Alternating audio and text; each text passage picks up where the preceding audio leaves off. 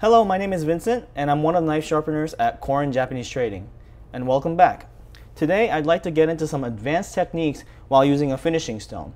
This technique applies not only to chef knives, like the one I'm going to be using, but petty knives, slicers, and whether it's Japanese or Western, you're going to be able to use this technique to really improve your edge on your knife.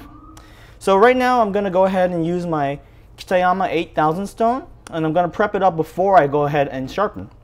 Just going to wet it and use my Nagura stone to get a really good slurry before I sharpen my knife.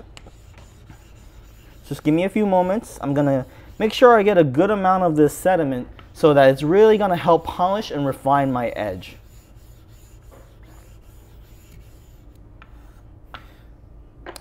Okay, so this knife I'm sharpening today is a 70-30 blade, which I've already talked about in previous videos. Now, when using a finishing stone, I mentioned before that you want to press very, very lightly, but we're going to change it up a little bit today. We're going to change the angles up when you're using this advanced technique. What you want to do is you're going to start on the back, just like before, and you're going to find the angle where the bevel is flat on the stone.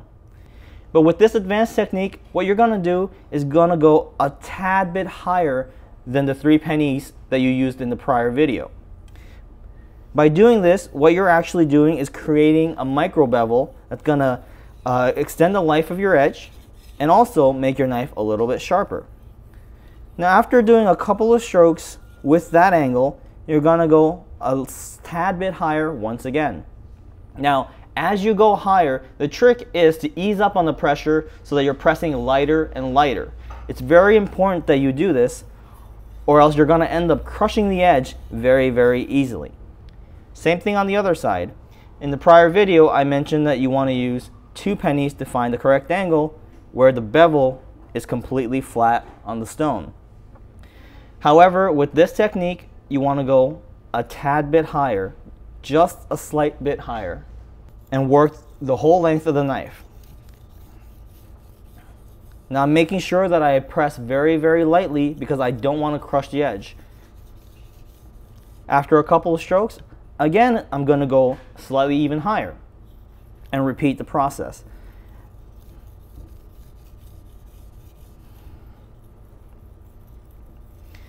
Now, after going over the edge a couple of times, you want to make sure that your knife is polished just like before and that there are no burrs remaining on the knife. So once you've polished your knife on both sides, we're going to go ahead and sweep the knife across the length of the stone. What this does is actually strengthens the blade again a little bit, and it also aligns the blade up so it's as sharp as it could be. What you want to do is you want to find the bevel and again use a slightly higher angle. And very lightly from the heel to the tip, sweep the whole length of the knife. Again, sweep very, very lightly. Now, if you do this incorrectly, you can actually crush your edge very, very easily. So it takes a little bit of practice, but it is a very good technique to be able to do. We're actually going to do the same thing on the other side now.